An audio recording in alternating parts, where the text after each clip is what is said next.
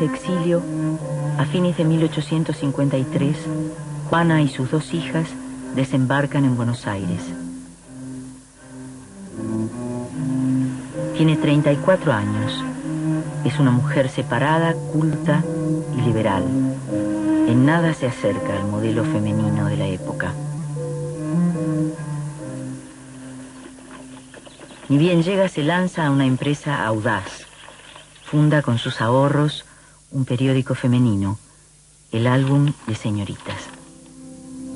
Juana envía a las más encumbradas mujeres la solicitud de suscripción, entre ellas a Mariquita Sánchez de Mendeville, presidenta vitalicia de la Sociedad de Beneficencia. Entre notas de modas y comentarios sociales, expone su pensamiento sobre la educación y emancipación moral de la mujer. ¿Por qué? ¿Por qué ese largo martirio que empieza y acaba con la vida de la mujer? ¿Por qué se ahoga en su corazón desde los más tiernos años la conciencia de su individualismo, de su dignidad como ser que piensa y siente, repitiéndole: no te perteneces a ti misma, eres cosa y no mujer? ¿Por qué cerrarle las veredas de la ciencia, de las artes, de la industria y hasta las del trabajo, no dejándole otro pan que el de la miseria o el otro 1000 veces más horrible, de la infamia?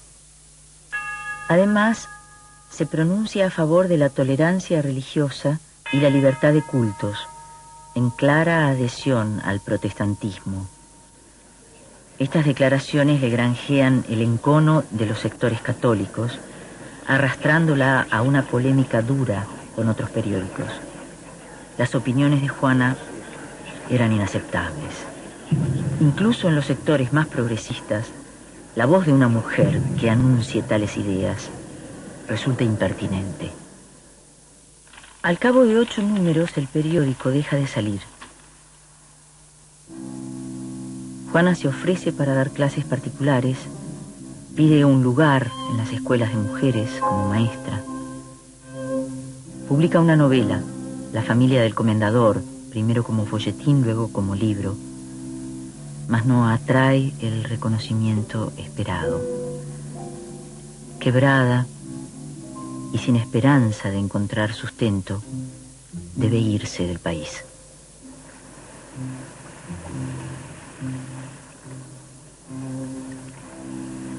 Emigra a Río de Janeiro, esta vez por propio, aunque injusto, fracaso, pero arde en deseos de volver. En 1859 emprende otra vez viaje hacia Buenos Aires. Ella ha regresado con el anhelo de poner en práctica lo que ha aprendido en los libros y en la vida. Él necesita de alguien esclarecido que lo acompañe en su tarea civilizadora. Ella precisa, pobre y separada como es, ganar su dinero. Para educar al pueblo bien y barato, nada mejor que las mujeres, decía él.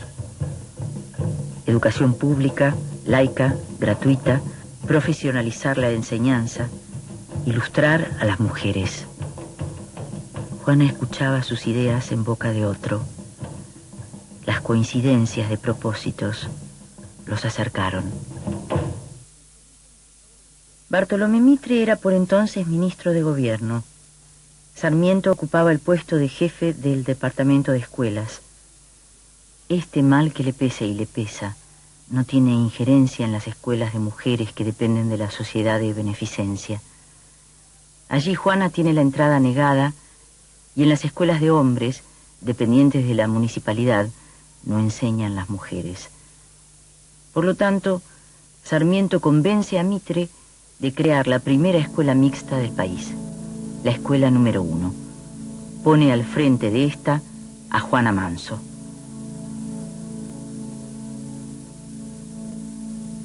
Desde este puesto comenzará Juana a poner en práctica sus ideas. Publica sus informes trimestrales en los Anales de la Educación Común, periódico fundado por Sarmiento, destinado a propagar las ideas liberales sobre educación en el Río de la Plata.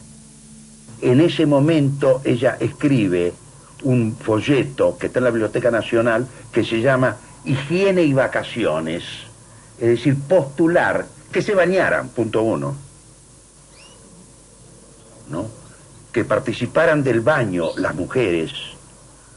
Esto ya te diría es insólito en ese momento, es decir, que son los primeros síntomas progresistas en esa coyuntura histórica que están cuestionando todo lo que fueran las relaciones con el propio cuerpo totalmente tradicionales. La ley suprema de la naturaleza es el placer. Nosotros mismos lo buscamos en todo lo que nos es grato, porque el placer nos es simpático y el dolor nos aleja de todo lo que nos es penoso. ¿Por qué entonces violentar esta ley en la educación de los niños, imponiéndoles tareas que los fastidian e irritan? Los cambios que ella está propulsando tienen que ver, por ejemplo, con la educación física. Quiere que se haga gimnasia en los colegios y en ese momento es una obscenidad.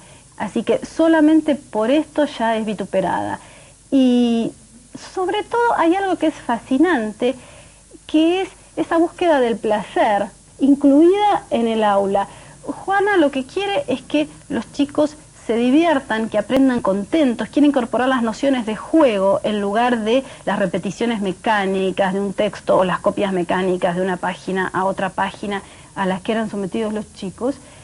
Y esto también genera un rechazo terrible. Es muy escandaloso que los chicos mientras están aprendiendo se diviertan. La sociedad porteña se escandaliza.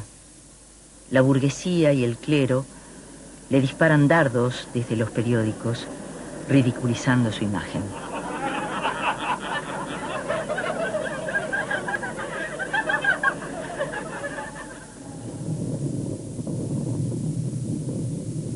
En 1861, la crisis en San Juan agita el tablero político. Aberastain, seguidor de las ideas liberales de Buenos Aires y amigo de Sarmiento, depone al gobernador elegido por Urquiza y toma el poder. En San Juan sigue el enfrentamiento entre los pequeños grupos liberales que respondían a la política de Buenos Aires y los grupos provincianos que defendían o estaban vinculados, de hecho, a las industrias artesanales de ese lugar. Eso en todas las provincias. El gobierno federal no tarda en responder. En cruenta batalla vence a Aberastain y lo fusila. Esto determina que Buenos Aires rompa el pacto de amistad con Urquiza y envíe tropas a intervenir la provincia. Sarmiento se traslada a San Juan a dirigir la represión. Sarmiento no era ni un demonio ni un santo, era un burgués conquistador. Él va designado por Mitre como comisario político, de hecho, vinculado a las tropas de General Paunero. En 1862 se convierte en gobernador de San Juan, renunciando a todos sus cargos. Comienza allí una larga relación epistolar con Juana.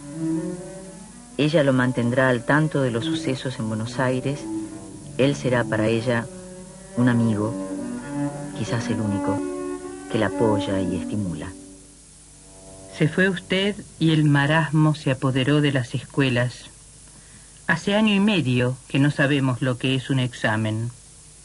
Decía usted que los maestros de escuela éramos los oscuros obreros del porvenir. Y yo le digo que apenas somos unos autómatas relegados en los últimos círculos del purgatorio social. Los anales murieron de apoplejía.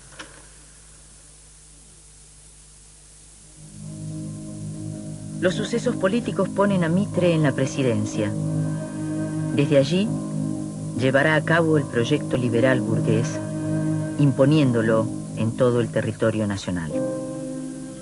En ese momento, teniendo en cuenta las características tan agresivas y tan duras de Sarmiento, que culminan, como es notorio, con el asesinato de Chacho Peñalosa, la forma política o la pequeña estrategia política que adopta Mitre, teniendo en cuenta la vehemencia liquidadora de caudillos y montoneros que tiene Sarmiento, es designarlo ministro en los Estados Unidos. Se lo sacan de encima. Juana en Buenos Aires escribe el Compendio de Historia de las Provincias Unidas del Río de la Plata, de clara orientación unitaria, y publica su drama épico, La Revolución de Mayo. Refunda los Anales de la Educación Común. El 30 de agosto de 1865, los Anales vuelven a salir. Es este periódico una publicación oficial, resistida por los sectores católicos y hasta por algunos liberales. De hecho, el director de la escuela de Catedral al norte, Santa Olalla, junto a sus hijas, muy católicos ellos, editan una publicación en clara oposición a los Anales. En la medida en que ella asume una perspectiva liberal, burguesa, que en esa circunstancia es progresista, se enfrenta con un sector que fundamentalmente también se especializa en la zona educacional, como son los curas. Lo que dicen los curas acá en esta novela es impresionante. Digo, el ademán anticlerical categórico que tiene, se burla de todo lo que sea eclesiástico, porque es la zona, digamos así, de especialistas, los curas de entonces, que se enfrentan a las reformas educacionales originadas en la ideología liberal burguesa. Desde Estados Unidos, Sarmiento le sugiere la tarea de crear bibliotecas populares. Poco hace que se ha inaugurado el Tren del Oeste. La lealtad inquebrantable de Juana hacia su amigo convierte sus ideas en acción.